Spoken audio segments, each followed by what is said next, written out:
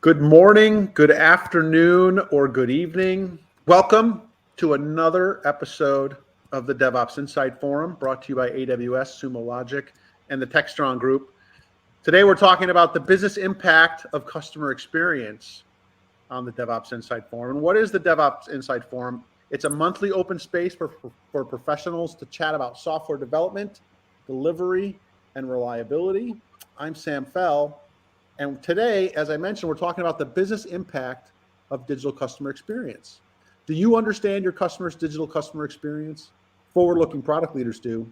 They anticipate market shifts and set a product vision that provides secure, reliable, and delightful services. By tracking key performance indicators and collaborating with the business, security, DevOps, SRE teams, you name it, they can better understand and continuously improve that experience. So join this panel as we discuss tips to provide reliable and secure digital experiences, how to balance and align business, security, and tech concerns, and some of the common challenges, obstacles, and opportunities that you might run into. Let's meet the panelists. Mitch, welcome back. Great to see you. Introduce yourself, please. Always a pleasure, Sam. My name is Mitch Ashley. I'm principal with Techstrong Research Analyst Firm, focused in the DevOps, cloud native, cybersecurity, and digital transformation space. And always happy to be with Bruno and this illustrious panel that you put together. Lovely. Thanks for being here. Appreciate it. Farnoosh, welcome to the program. Thank you so much. Very happy to be here today, Sam. My name is Farnoosh Azadi. I'm a director of engineering at Acquia, working out of Pune, India. So I lead a number of teams here, including the platform observability and platform tools teams.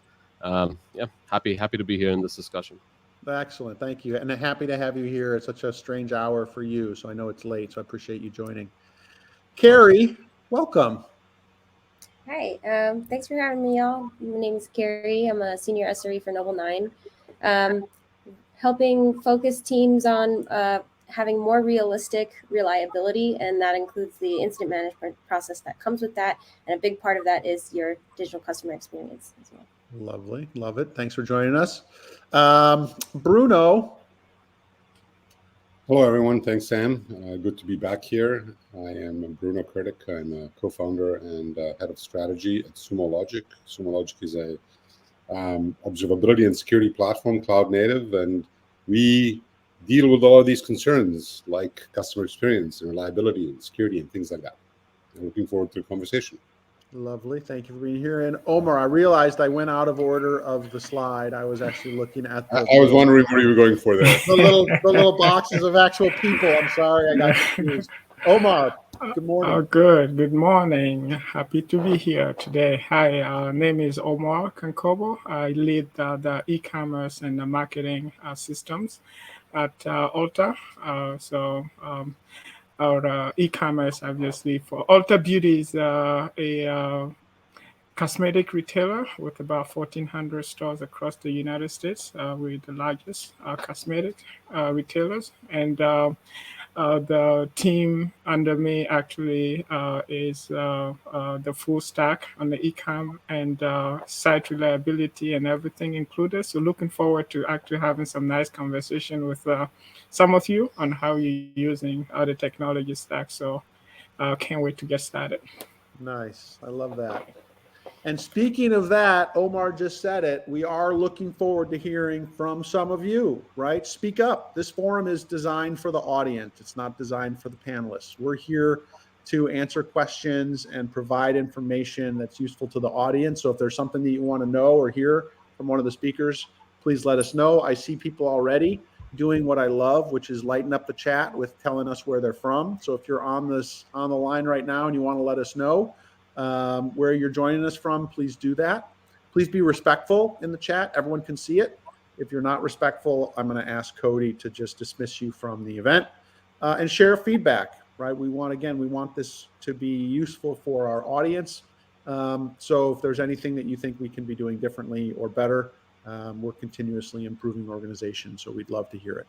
So like I said, go ahead and put where you're joining us from in the chat. Let's get us started. Let's get it warmed up.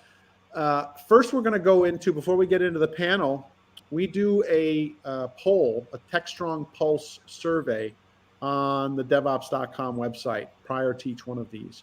And so we asked a bunch of questions. So Mitch, do you want to take people through the polling questions that we asked?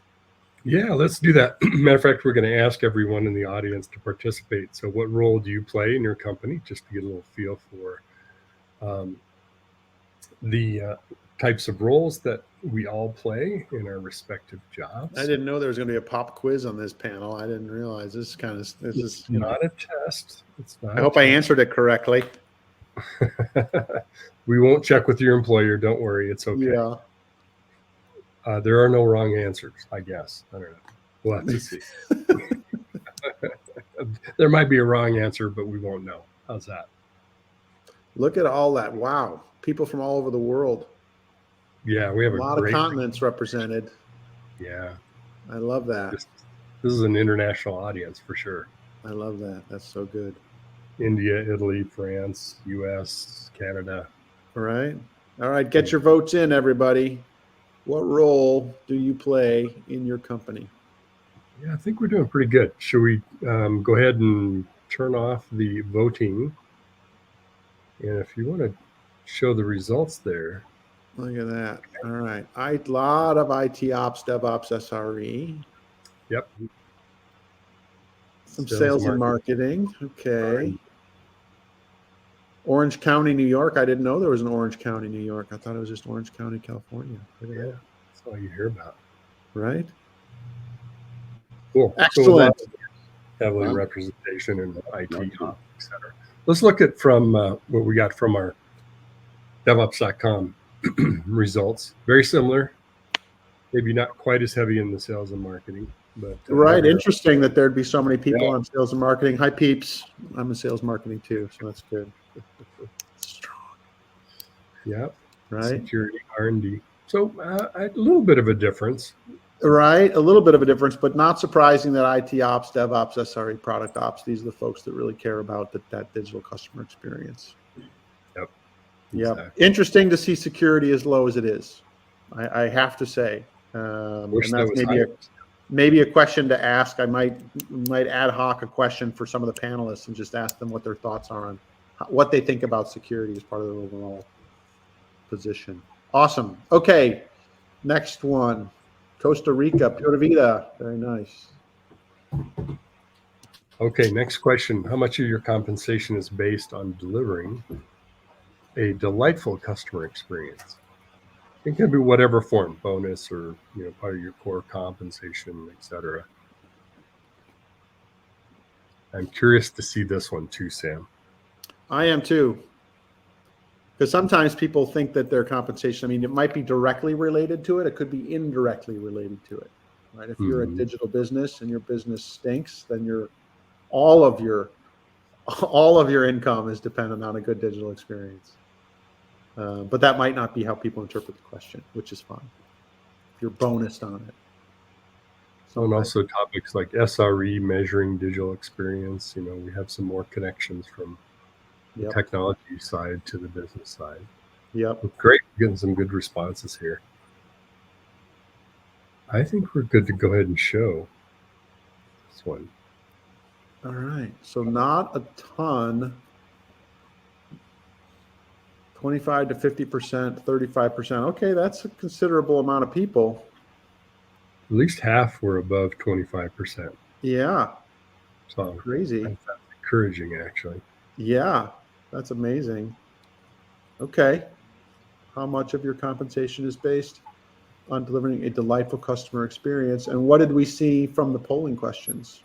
Survey says. Pretty similar, actually. Yeah, about the same. Yeah, really close, actually. Tracking pretty darn close. Yeah. I'd like to, next time we do this, next life, we should ask 0 and then 1 to 25. You know what I mean? Because when I see 0 to 25, I immediately just think it's 25%. 25%, okay, great. Probably mostly 0 here, I would say. Yeah. But I don't like to think about the smaller number. I always think about the larger number. Yeah, we can break that out next time. Good lesson learned for next time. Yeah. Okay. Excellent. All right. And our customer's digital experience is, and then not really important to us, somewhat important to us, really important to us. This might be an IQ test. I'm not sure, but Yeah. I say Well, I mean, that but joke.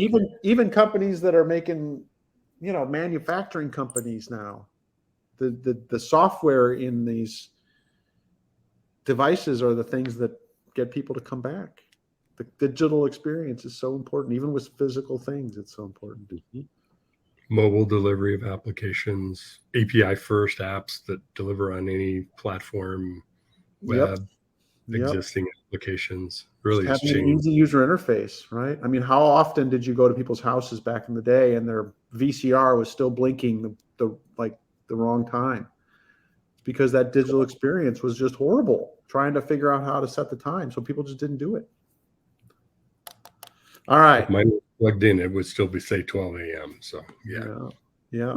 So here we go. This is exactly what I expected to see, is that it is really important to us.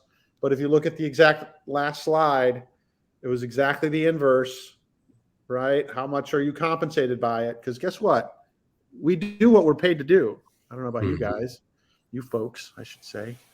But that's how we align folks to do the right work, is we pay them. So it seems like there's a disconnect between how we're paying people to be, what we're paying them to be thinking about, and what we believe is really important to us. So that's always interesting. There's the magic. Yeah, we saw very similar kind of results from our DevOps.com site. Interesting. Yeah. Very 8.3%. I wonder who that. I feel sorry for the folks. Excellent. So digital experience seems to be important. I mean, everybody who's on this in the audience right now, you've had horrible digital experiences before, and you probably, I mean, there's no friction. Once you're in a store, physically in a store, then there's friction involved in going to a different store. Got to leave the store, get out of the parking lot, get in your car, drive to the other store, find parking, right? When you're at your browser, you just click to a different website, right? And so making that experience fantastic for your customers is really important. And it is one that people should be aligned around with their compensation. So let's actually jump into the conversation. I think there's a lot of really great stuff. And this is for the folks in the audience as well. What does digital experience mean to you? What does it mean to your customers? And what does it mean to your business?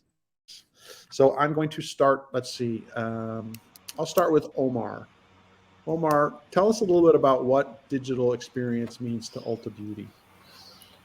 Ulta Beauty, digital experience means basically what our customers are looking for, right? So we want to delight our customers, and we want the experience to be seamless. We have an online presence, and we have a physical presence as well. Mm-hmm. So merging those two media together into a seamless experience to our guests is really important to us, right? So when we talk about digital experience, it is a customer that can go from browsing or from looking up something on the phone and then walk in the store and be able to actually share that experience there, right? So one practical example is I can view a specific product online and walk in the store, and could be presented with a push for a promotion for that item because I viewed it, looks like I like it. Or it could be that you have a list of preferences on your profile, and you walk in the store and happen to have some of those on sale. We want to basically notify you that some item on your wish list are on sale, right? That kind of interaction, right? Meeting our guests where they are and giving them all the possibilities and everything to delight them is what we call digital experience at Ulta. And this is our DNA we're working hard on. The DNA, I love that. And so that you mentioned that multi-channel, so going from the browser into a physical store, I had not talked about that, but that's such a huge part of today's experience. Especially for the past couple of years, right. Everybody basically stopped going to stores, which must have been really hard for a retailer. Exactly. Thank goodness you had the digital expression of that retail as well. Right. that experience, the digital experience, now goes beyond the digital experience, and it actually starts to complement or supplement the physical experience as well. That's so Exactly. And we learned a lot about that during COVID, to your point, when, a lot of the stores were closed. We had store customers, meaning customers that were mostly shopping from the store, going online and thinking they already had an account there because they have a loyalty account. I They see. come in and, for your loyalty, we take your email. They come in, put their email, and they can remember the password. They reach out, hey, can you remind me? But they never actually set up an account.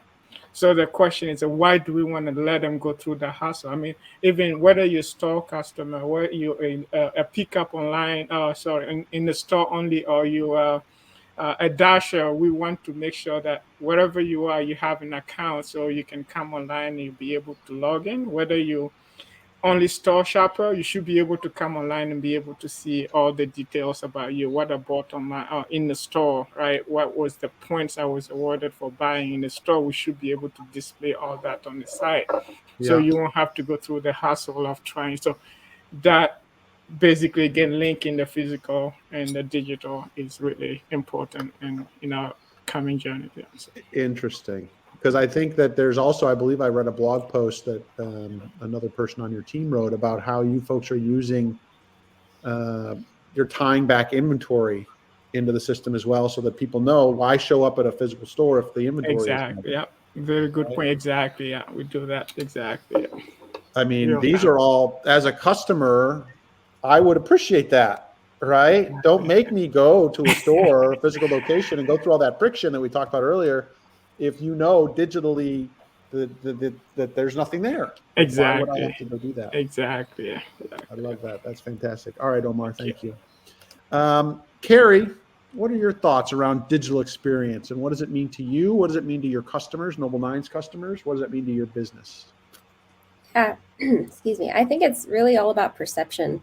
And maybe this is very biased to my industry, but the digital experience, I think, is often synonymous with reliability when it comes to like a digital service. Mm-hmm. So I don't think necessarily your customer is going to have a bad digital experience if your service can't be reached 100% of the time, because people are pretty forgiving. Like, everyone knows computers don't do what we want most of the time. So the fact that somebody can't reach your service at some point isn't necessarily going to equate to having a bad service or having a bad digital experience. So it's really just about perception. And perception involves every type of interaction that customer makes with your product, whether that's your support team, your UI, the experience of being able to translate your digital experience into the brick and mortar store. I think it just touches a lot of different things, and it becomes a little bit harder to quantify in that sense. But I think for me, it's just perception. Perception. Yeah. Nice. Okay. Very good. Let's see. Farnoosh. Acquia has a thing or two about digital customer experience. You guys know a thing or two. Yeah. It's actually been our main focus now for years to build and evolve our end-to-end digital experience platform, right? So I was really excited when I saw the topic of this panel. So for us, this really translates to having a cutting-edge PaaS platform for our customers to allow them to host their web applications, and then seamless integration with our various value-add SaaS offerings, right? So as far as the importance of a great digital experience for our customers goes, we are an open source company to our core, right? So having a walled garden, making it hard for customers to leave because of proprietary standards and so on, that doesn't work for us. It doesn't align with our values. So really, customer delight being front and center is an existential concern for us, right? We have to have customer delight, always as a topmost priority. Existential. Interesting, right? Because your whole mission is to help people create these fantastic digital experiences. And so, of course, to provide that, it's turtles all the way down. So underneath the platform that's providing great digital experiences, you need to provide a great digital experience, right? Absolutely. It has to be up, it has to be secure, it has to be working. And so if it's not, like you said, that's existential to your business. So you probably said that your pay came from the You answered yes. My pay comes from Anonymous this, polling. and it is important. No comment. Yeah. Awesome. All right. Bruno, what are your thoughts on this? We happen to care about that as well. Yeah, we've got a slightly different position than Acquia does, but to some degree similar. I'm going to combine me and my business. So I'm just going to talk about what it means to us and then talk about our customers. Our customers really care about digital experience in two ways. Because we are a platform that helps them deliver on digital experience from their mission critical services. Our customer might care, for example, if they're a retailer like an Amazon, and their customer says something like, Alexa, order diapers, right? And it does not respond, that's a bad customer experience, right? And so they care that their customers are getting good digital experience with their applications. We help them do that, right? And how do we do it? We deliver a service that they use to troubleshoot, monitor, and do things like that. And then there's the digital experience of our service as well, right? And how do our customers care about that? They care about it because if Sumo Logic has a poor customer experience, it means that the customer cannot find what they need to do in order to resolve issues on their own application side. So we kind of have this double whammy where customers are incentivized with the digital experience. We have to deliver good digital experience so that they can actually deliver it. And we as a business, as Sumo Logic, do whatever we can. We measure, how our customers interact with our platform. We measure NPS, we measure all kinds of things to try to assess, are we delivering what we're supposed to deliver here, right? Because our company lives and dies by digital experience one way or another, right? So we really care about it, and I can talk ad nauseum about this. So excellent. Yeah, I think that it is very, and again, it's turtles all the way down. So if we are helping a customer maintain their customer experience, then that means that in order for us to do that, we have to be reliable, performant, secure, all those things.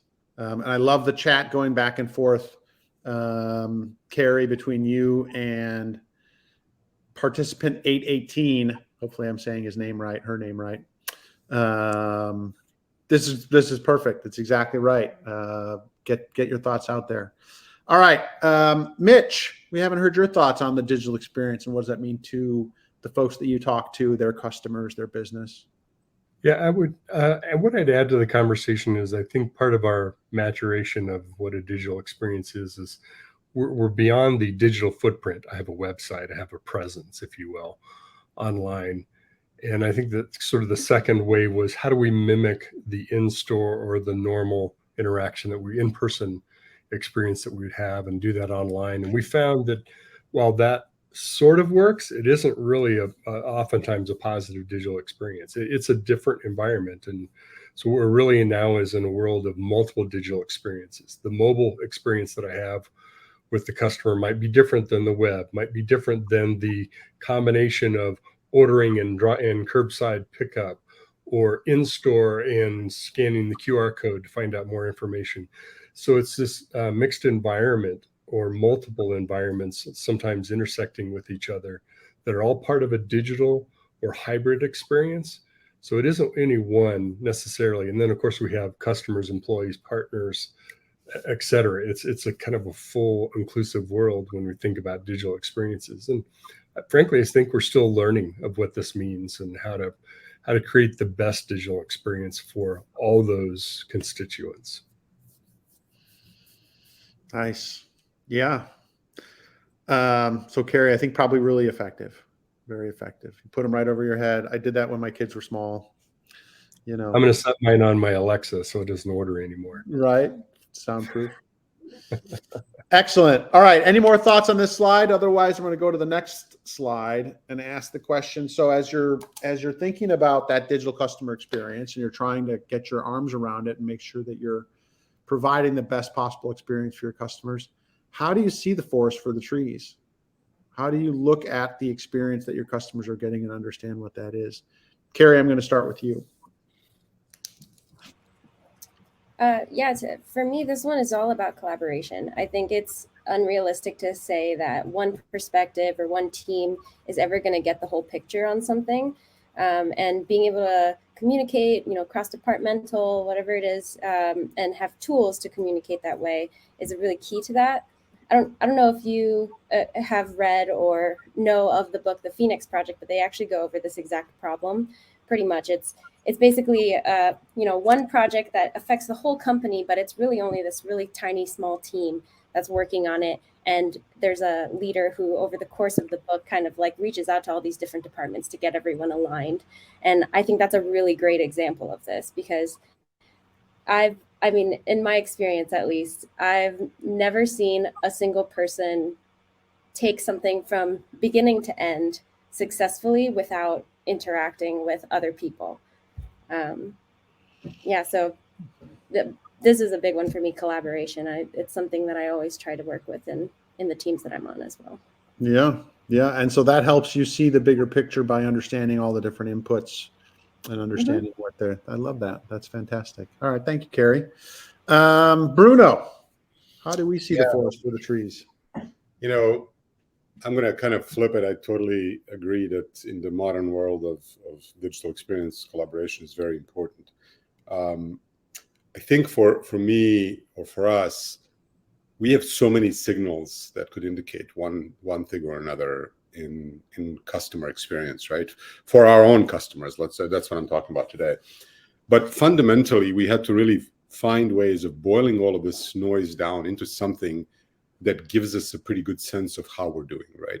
There are some financial metrics, right? In SaaS industry we are in, customer experience is very related to things like, churn and all of those things, right? So we measure those things.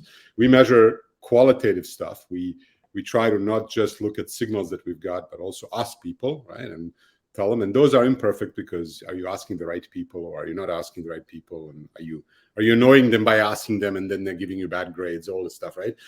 But fundamentally, when we think about what it is that we can measure on a continuous basis and really try to improve, is we have boiled down what we think are essentially KPIs that allow us to say, okay, this is what our customers primarily are concerned with when they use our product. How well do we think this is doing, right? So we have kind of boiled a lot of these underlying measures and metrics that are often looked at, the bunch of these trees, right? As if you may, into a one or two or three or four KPIs that we measure, and we live by those, and then we look, then we granularly kind of go down the branches and investigate and things like that. But it gives us a sense. Like, for example, our customers run, some 70, 80 million queries every day. Well, if those are not doing well, if they're not performing, if they're not returning, if they're failing, we know something's up. We know they're not getting a good experience because this is what they're about. So handful of those key metrics is what helps us see the forest for the trees. Very interesting.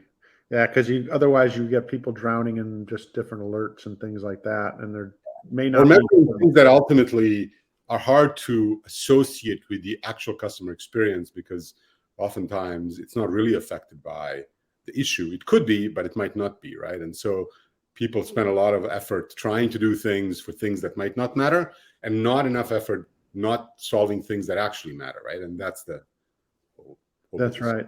A lot of thinking has to go into this. Like, you got to think about, what does it really matter and why? Right.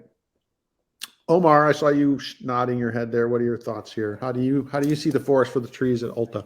No, I think Bruno actually spoke for me. I think that's so clear right there. So, and there was there's this image, I think was on LinkedIn, that I saw, where you have this really nice park with very well manicured lawn and some sidewalks, and then what happened was that you see people actually cutting through the lawn to actually get to the other side of the sidewalk. So you have user experience, you have basically design and you have actual user experience, right? So you always want to make sure you provide them what the user is looking for, not what somebody in your office or somebody in the corner office tells you the Thought customer might be the needs. right thing. Exactly, right. So Right. engaging our customers, listening to what they're looking for, and use that feedback to help you prioritize your products is really, really key. And that really unlocks, the potential of whatever you're doing. So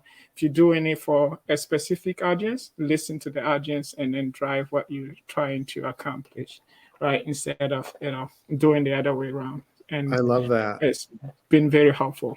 I love that so much. That's the collaboration that Carrie was talking about. I read an Exactly. article. There's a school that followed your exact advice, and they said, the first year on the campus, we're not going to put down the tracks.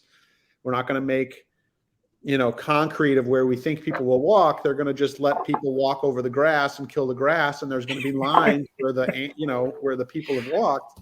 Yeah. And that's where they built the sidewalks. And I mean, that's such a natural, like, emergent way of understanding how people are going to leverage something. It's such a fantastic Exactly. concept. Yeah. And it's great collaboration, right? To Carrie's point. I mean, you just leverage that, free help, free suggestions to, better your product. And this is really important. So that's so great. I love that.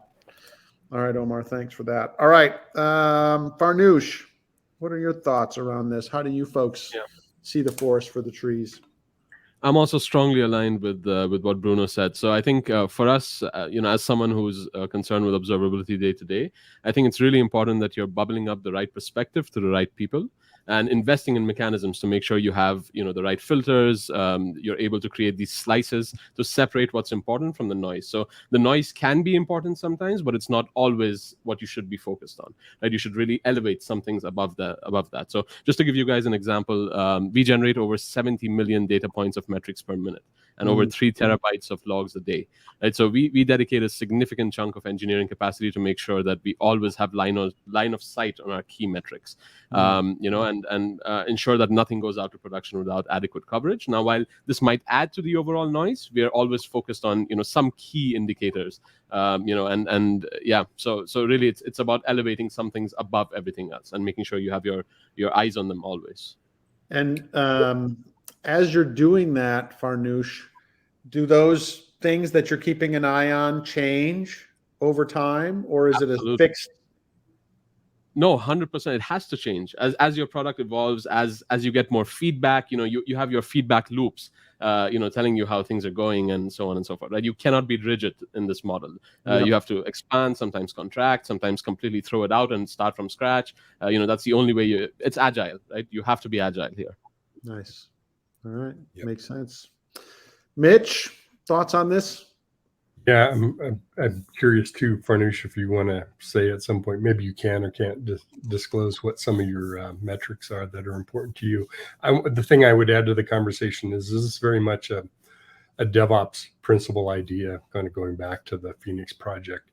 Shorten intervals for feedback loops, which I think is the second step in the book. So you want to create as short of interval as possible to get feedback so that you can make improvements in that. And to Farnoosh's point, it isn't one metric, it's how many deliveries per hour or, what the revenue is.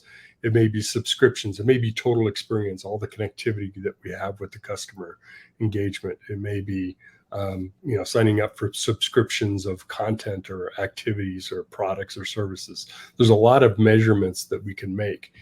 And there may be experiments that we're doing in points in time too, right? We're going to take this part of the country or the world or wherever we're at. We're trying this out in these segments with people that meet these demographics or whatever it might be, and testing ideas. So we can change the experience on a smaller scale and roll it out on a broader scale because of the environment that we're in. It isn't an all or nothing, like, let's try this ad campaign for the next 3 months. And if it fails, then we blew it. Out of business. We can course correct a lot on the path there. Yeah. I love that. Yeah. And that becomes a lot easier. The digital experience, Ulta just Omar was talking about, that COVID and how it sort of pushed a lot of stuff to this digital experience. For a lot of companies that don't have the physical experience, that is their embodiment of their whole interaction with the customer.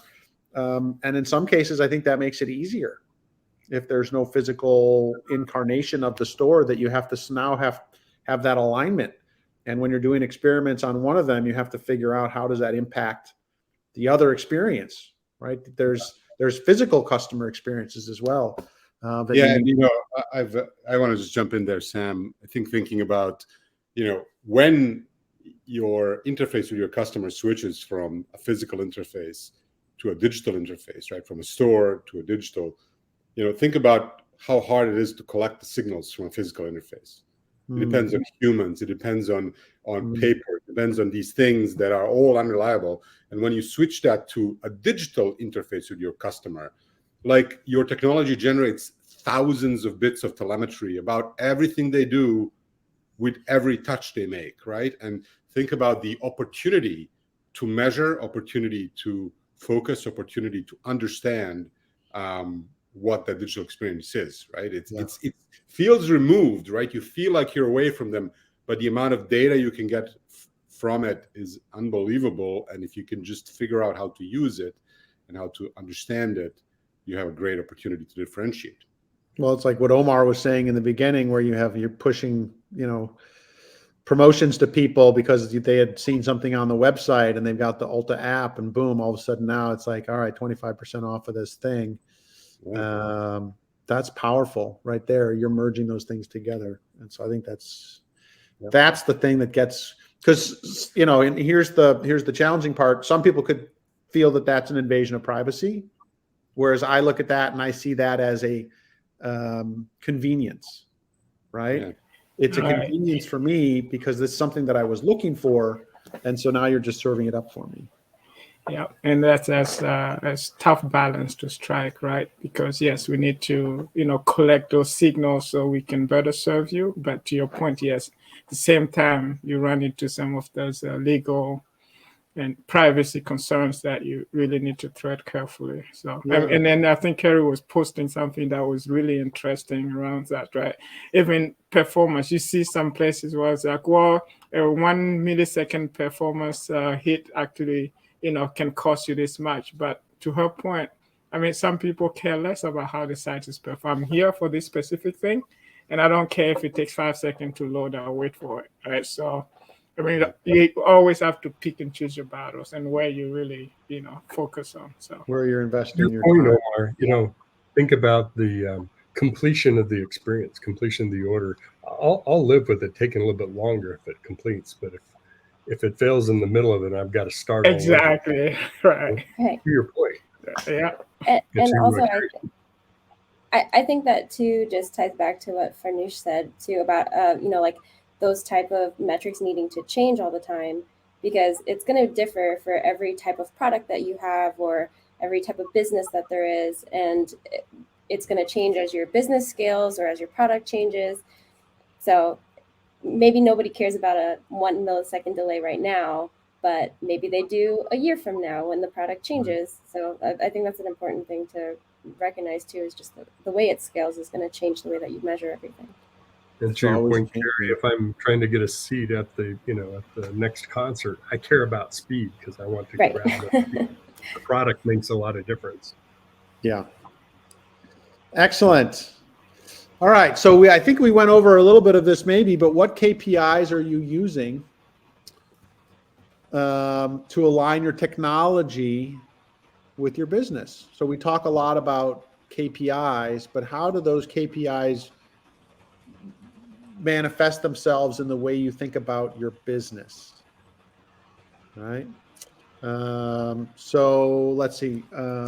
Bruno, I'm going to start with you. Sure. So I mentioned some sort of non-product ones that we talked about, like NPS and customer success, or customer support, customer satisfaction through customer support and things like that. But the KPIs that we measure inside of our business really kind of focus on a few things. One for us is essentially success and performance of our key capabilities, like our queries, right? We measure that because that's what our customers do with our product.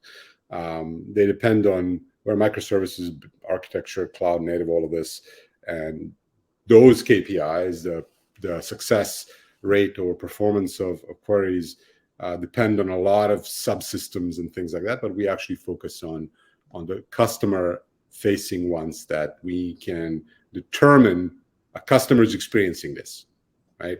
We can't determine whether a customer can experience when a node somewhere in our architecture dies, but our architecture is resilient enough to go around that node and continue working.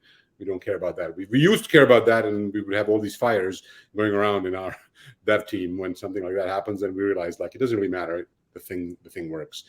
So we care about the performance of our queries. We care about the failure rate. We care about and we slice and dice that regionally to make sure we don't drown out the signal. Let's say we have a small percentage of queries, let's say, failing, but they're all coming from a region or one customer or type of customer, and all of a sudden we think it doesn't really matter because it's still a small number, but it's really hitting somebody really hard. We care about latency a lot. That's something we care about a lot because a signal latency coming into, so data comes into our system from our customers, and they rely on that data to measure their own customer experience. And if that data is delayed in any way, shape, or form, we worry, right? We basically, so we measure that latency, we measure, things like that. So those are the kind of KPIs that we measure from our product.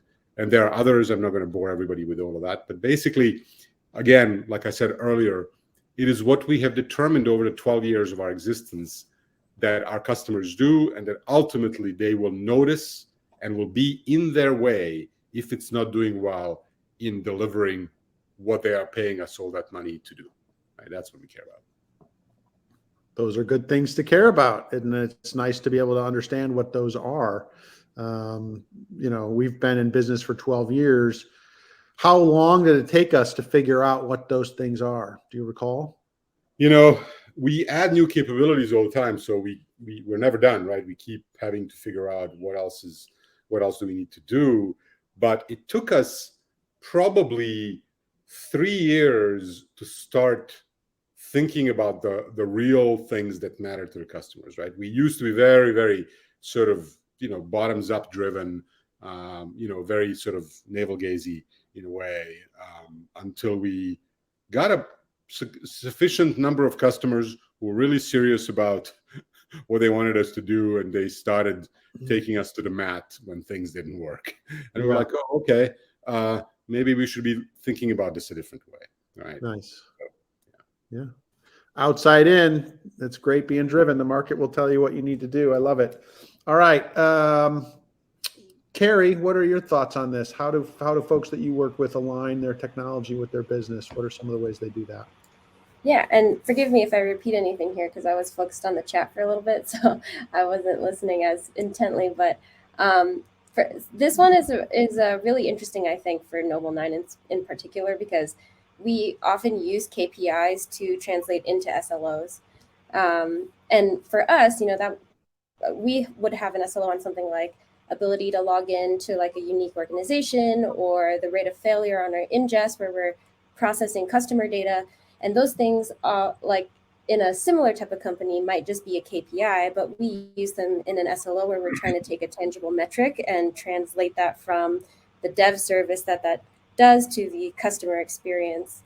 And that's kind of the goal of SLOs, is to try to marry that that idea of the developer's service, which is just code, into the customer experience, which is mostly like feeling and perception, which don't sound like they translate very well.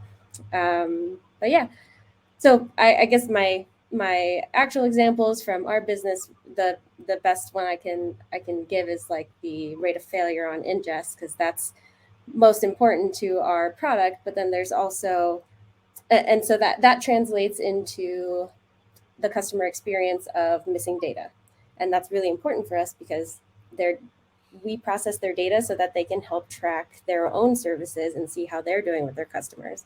So it's a little bit again, more than turtles all the way down. If you're Exactly. unreliable, then their data is unreliable, in which case, what's the point? So why would I be paying them Noble 9 any money? So that's why you got to have your stuff be reliable, which I understand. We're the same boat. Making sure that our reliability data is reliable is important. All right. Let's see. I will go to Farnoosh next, just because it's random Sure. and I decided. Yeah, so I think it varies widely from function to function and across roles. So I think the beauty of this is, if it's implemented correctly, is that it enables really deep reporting at a granular level while still allowing you to bubble up to an exec summary, for example, right? So bubble up those perspectives as needed, but also allow drilling down deep.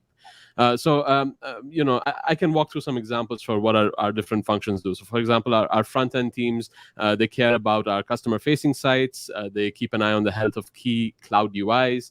Our QE teams send test results. They configure alerts on those results. We have multiple standalone tools that are built on top of these key indicators. So, say tools that recommend upsizes based on customer history, right? Or we have some other tools that help us manage our 25,000 plus servers based on, again, some key indicators that they're tracking. So automated inputs into these tools based on some KPIs that we have we're tracking, so on and so forth. So say SREs have metrics around SLOs and SLAs. These are also important to other groups, but they're owned by our SREs. Our cloud teams, they focus on tenancy and health of our on-demand environments. And I can keep going. So yeah, we have a lot of KPIs. And those KPIs, Farnoosh, who's looking at those KPIs? Do you have business colleagues that are also looking at these KPIs? Slice and dice based on the persona who's going to be reading the report, right? So you have all of these KPIs distributed across all of these teams. You roll it up a level as you go higher and higher up to an exec summary where maybe you have 3 KPIs, right? And then based on again, based on the persona, it differs. Nice. Okay. I like that. All right. Very good. Omar, what are your thoughts on this? What KPIs align Ulta's technology group with the business? How do you think about that? For Ulta, I think we have 2 sets of KPIs. We do have one that is actually our business and IT leadership favorite is orders per minute.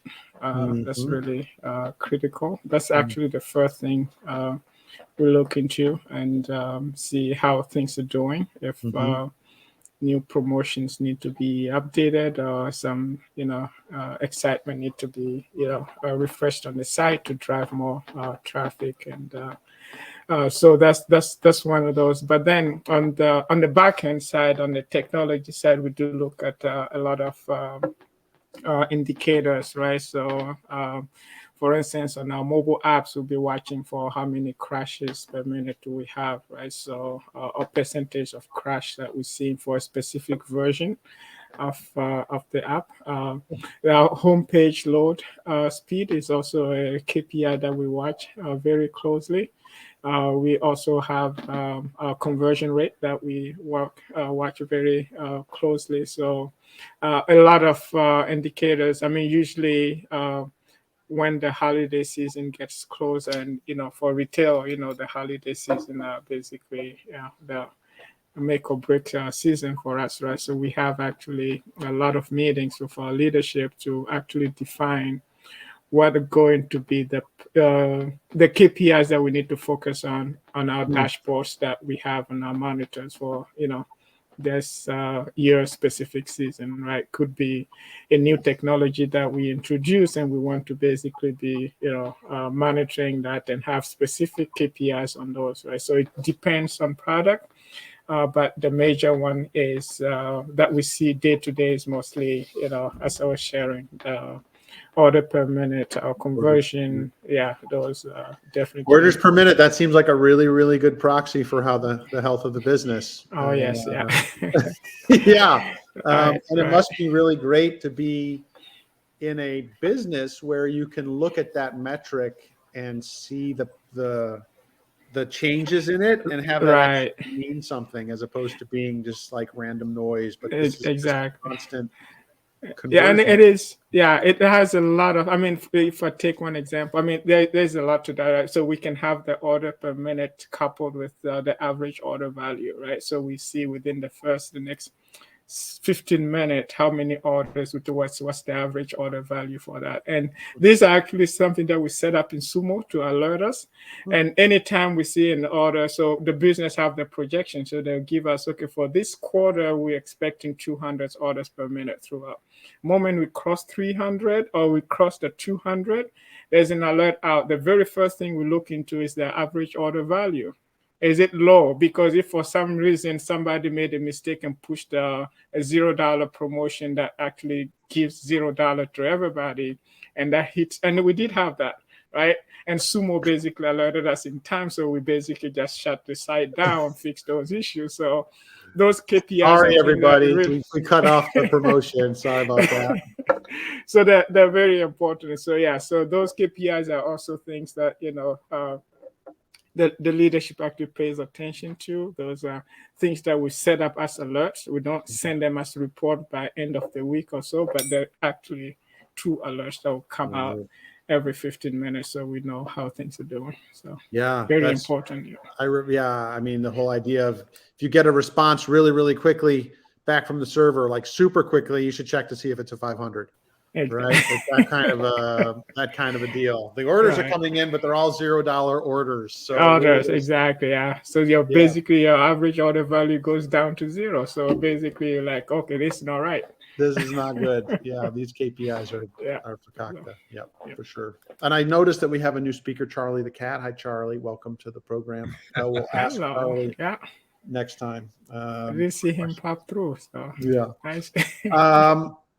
Awesome, Omar. Thank you for that. Mitch, what are your thoughts here on KPIs to align technology with the business? Yeah, I really like the diversity of this conversation because we've talked a lot of different aspects of our business. And Omar, you were talking about, the value of the orders and the increases, and when you're trying a discount or a coupon or something, and that goes back to that micro experiments as well as reacting when an unexpected behavior or outcome happens that we can adjust in real time. And that's the value of connecting our observability and our telemetry and the data that we have with the business. So, hopefully we can kind of not think about this as an IT problem, if you will, that we're solving with observability, but think in context of the business. And hopefully everyone that's interacting with observability data, at least a subset of those folks have contact with product and operations and delivery. So you can respond very quickly to be able to answer questions or give data or make changes when we need to make changes. So I love the connectivity of all this, how it all fits together systematically when it works right. And it is working right for organizations like Omar's and Farnoosh and Carrie and Bruno. Excellent. All right. We are coming up on the end of our hour, which is pretty amazing. This always goes by a lot faster than I'd like it to. I love all the comments from the chat. Keep them coming if you have any other questions. There was one question that I thought might be interesting for the team here to weigh in on. And that was, I think, Carrie, you and 818 were talking about ML and how that might be useful in this milieu. I don't know if that's something we want to cover. I will give people an opportunity to talk about either good practices or about the AI ML tie-in and whether or not that's something that's being looked at. How do you use analytics and AI to help that experience be better? So who will I start with? Anyone want to raise their hand before I just start? Omar. All right, great. I love it when someone raises their hand. Yeah, I can start now. Jump in the MLAI great. part of this. And I think for an industry like ours, I think it makes a very good asset, and it comes in really handy in our current technology stack. Basically, you come in and you do a search. you see the same. I mean, let's say you come in and you're looking for red lipsticks. You see the same results as Kerry. You see the same results as Bruno and everybody. So now, what is the fun in that? So now, what if I could just give you specifically what I think you like, right? But listening to those beacons and those the personalization that we talked about earlier, where be good to know you, so I can serve you something that's specific to you, so that when you come in and you search for red lipstick, I know that you're looking for the one with maybe the strawberry flavor because you love that more than Kerry, who actually likes the maybe the blackberry flavor. I mean, just throwing those flavors out there, Kerry. So don't be insulted if you actually like exactly, the strawberry right? one, Kerry. That's right. So that machine learning is really critical, and this is one of the things that we're leveraging today to make sure that we only presenting you with what we think you like, what we think is best for you. We're also leveraging the same thing on augmented reality. If you go to the Alta app today, you'll be able to see how a hair color will look on your head before you go sit on the chair, right? You can try it in, even the lipstick. You can try different lipstick and see how. Well, we can still help you. Stop by. Right. So those are really important. It's really key to actually start integrating AI and ML in anything that we're doing today. And I know that's one thing that we actually planning on leveraging in some of our partner solution to start making sure that the logs that we're collecting can actually also pick the black sheep among all the white sheep that we have in that collection, right? So it's really, really important. So just so you're already doing it. That's pretty already cool. doing it, exactly. Yeah. That's pretty cool. All right, so let's see who else wants to weigh in. Farnoosh, what are your thoughts on this? Any good practices or any AI ML? Yeah, I'll tackle good practices, and I think my focus will be on observability, right? So good practices when it comes to observability. So one thing I will say is I cannot overstate the value of easily enforceable and preferably centralized governance of telemetry. And so it's really, really easy to get lost in the noise. It's really easy to commit to doing it a certain way and then realize there's no way to go back in time, and you've just essentially lost really critical historical context, right? So this is a lesson we've learned the hard way, and I highly recommend it as a good practice to follow. Mm-hmm. Nice. Have a plan for your telemetry and how you're going to use it. Yeah, and standards, and track everything. Have somebody in charge of helping teams out, setting them on the right path, being able to quickly course correct, that sort of thing. Love it. All right, Kerry. I'm glad you called me on, because I actually had something to add to what Farnoosh said. But part of that, I think, is making sure that you have a tool that can help you figure out the best way to interpret those, like the monitoring tools that you have. So, I mean, it doesn't matter what you use to monitor it. And I'm going to pitch SLOs again here because I'm a big fan. But for example, like, it doesn't matter what monitoring tool you use, you can use an SLO to adjust how you interpret that. And one of the biggest benefits of that is preventing alert fatigue, because you're getting better data out of the monitoring tools that you already have. And I think what that really says is don't let the dev team forget about the customers, because it's very easy when you have that alert fatigue to just, if you're on call, you're going to get paged constantly, and it's very frustrating. But if you think about what is actually affecting the customer, maybe that on-call can get, less intense, and you won't get paged so frequently. So it's kind of a catch-22, I guess. But using the tools that you already use to monitor to find better data and translate that towards how your dev team handles those incidents as well. SLOs, the more humane way of managing your infrastructure and your services. All right, Mitch. Well, I was thinking about, first of all, we proved today again that cat pictures and videos did build the internet and continues to. So that's a theory proven again. I think the idea of, what Carrie was talking about around SLOs and tying that back to the business and us thinking outside of sort of the realm of IT and back to the business metrics. That's what I'm most encouraged about this conversation, is connecting that line of sight or that direct connection where we can. Because now we no longer are the back office IT organization. I think we're past that. Hopefully hopefully we're all out of that era.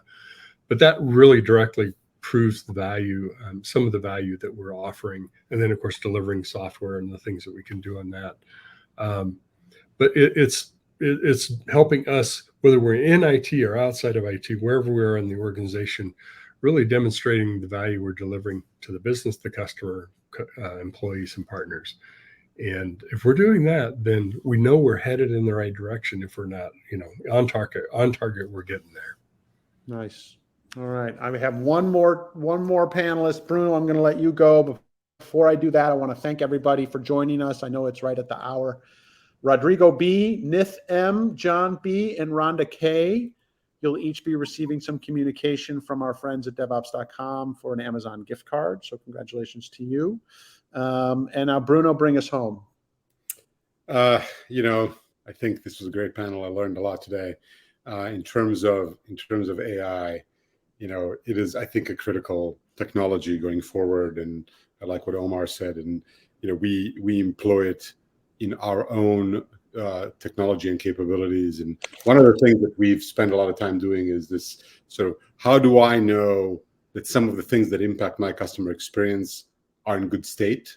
Is there a way to compare me to others that are like me, either in how we run infrastructure and technologies, or if I'm in a specific industry, can I compare if I'm, what my cache hit rate is for a CDN that I'm using to accelerate my content to my customers, right? So we built actually a technology that is, mining all this data in a global sense, and is then serving that data in various dimensions to our customers to look at their own stuff. Like, how's my Kubernetes provisioned? What latency am I getting from this database? How is my cache hit rate in CDN?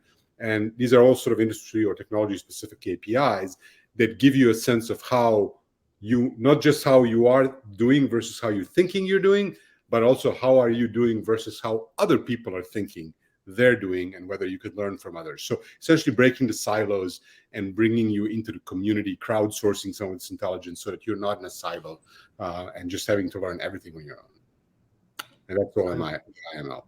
I love it. I love it. Awesome. Well, this has been a fantastic panel. I want to thank our panelists for joining us, for spending their time to share their wisdom and their experience with us. I want to thank the audience for being here and asking such great questions. And we will see you next month.